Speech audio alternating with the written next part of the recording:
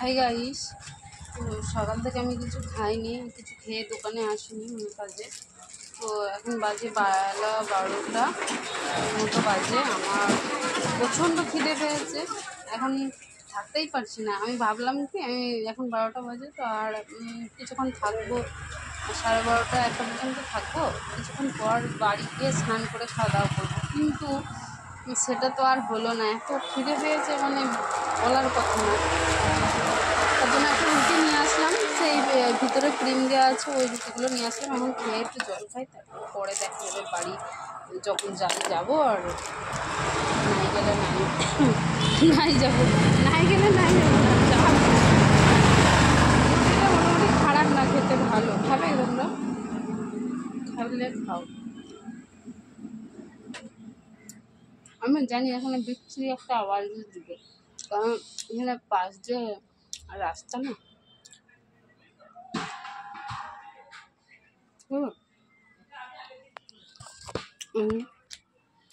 রাস্তা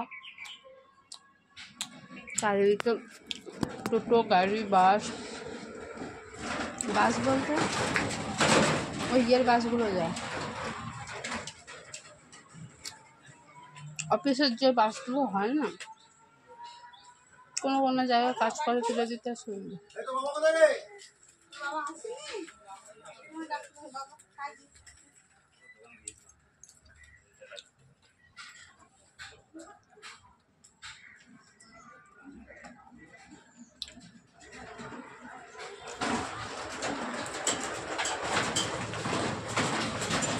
এখন জল খাবারটা খেয়ে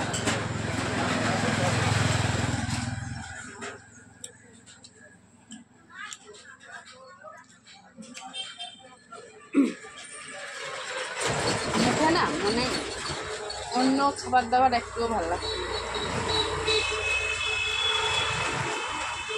ভাত বলো, মুড়ি বলো, এসব কেক, রুটি মুড়ি খেতে ইচ্ছে। মানে জিনিসটা মিষ্টি তো মনে হয় যেন ভালো লাগছে। আর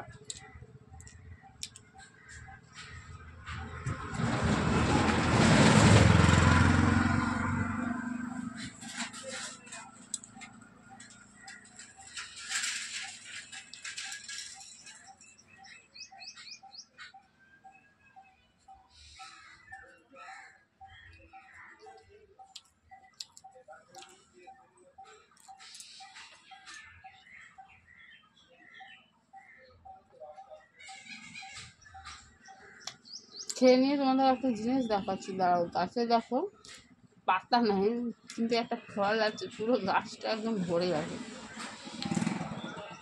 দেখাচ্ছি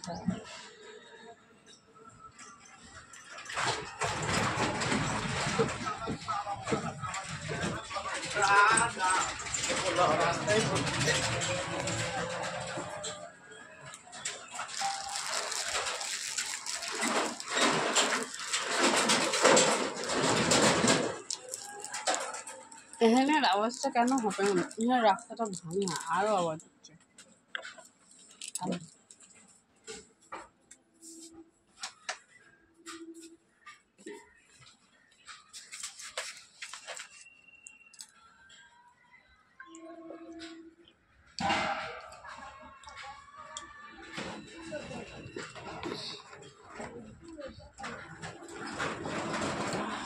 ক্রিমটার জন্য হচ্ছে